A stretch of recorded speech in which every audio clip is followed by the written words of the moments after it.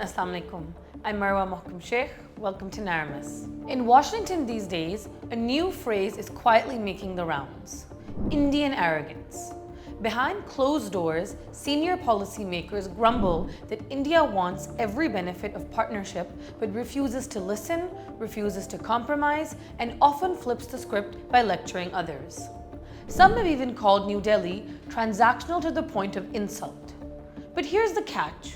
What India's policymakers think is smart diplomacy often looks to the rest of the world like plain arrogance and selfishness dressed up as strategy. Why so? Let's break it down. First, the cultural roots. India's internal social order, shaped for centuries by caste hierarchy, conditioned its elites to think in terms of status and impunity. Those at the top believed they could act without consequence, while those below had no choice but to tolerate it. That psychology now travels abroad. Indian diplomacy too often carries the message, if we are wealthy, if we are powerful, we don't need to be polite. What Indian elites mistake for clever toughness is actually the old arrogance of hierarchy exported onto the global stage. Second, the money factor. India believes markets silence morality. With Canada, when Ottawa accused Indian agents of killing Sikh activist Hardeep Singh Nijjar, New Delhi's response was blunt: dismiss, deny, and delay. The calculation? Trade and diaspora links will force Canada to swallow the insult. With the UK, India made visas the bargaining chip. No concessions, no trade deal. With the US, the logic is shamelessly selfish. Buy billions in weapons, host Apple and Tesla, dangle the biggest market, and then ignore Washington on Russia. Indian policymakers call this strategic autonomy. But in reality, it's arrogance, bordering on selfish opportunism. Third, the multipolar cover. In today's fractured world, India assumes itself to be too strategically valuable to discipline. The US fears losing India to China or Russia.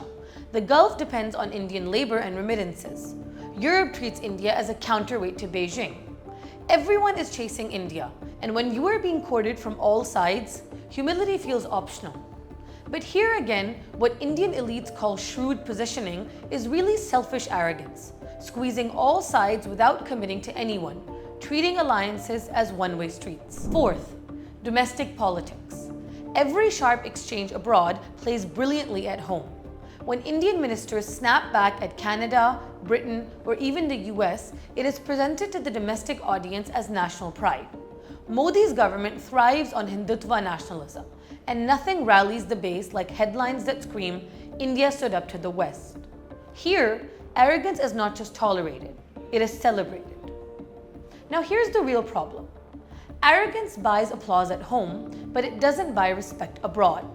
Even in the Gulf, leaders are privately expressing concerns over the rising arrogance of New Delhi's diplomacy. Quietly, frustration is building. For now, the world tolerates India's hubris. Why? Because it has no choice. The US needs India to balance China. Europe needs India to diversify away from Beijing. The Gulf needs India for manpower. Everyone has a reason to indulge New Delhi. But indulgence is not approval. India's arrogance has been noticed. Policymakers everywhere are adding a mental asterisk. Yes, India is useful, but it is also selfish and arrogant. And that matters, because from here onward, every indulgence with India will carry caution. Washington may keep engaging, but warily. London may keep negotiating, but with safeguards. The Gulf may keep hiring, but with reservations. The more India confuses selfish arrogance for smartness, the harder it will be to build real, lasting relationships. In the end, foreign policy works best when it combines strength with fair play. India's leaders think arrogance is a form of cleverness, a badge of strength, but it isn't. Arrogance is selfishness pretending to be strategy, and selfishness always erodes trust. Without trust, no alliance, no partnership, no friendship can survive. India today may believe arrogance is power, but the truth is simple. Power without fairness is just arrogance in disguise. What are your views? Drop them in the comments below. Until next time, Allah Hafiz.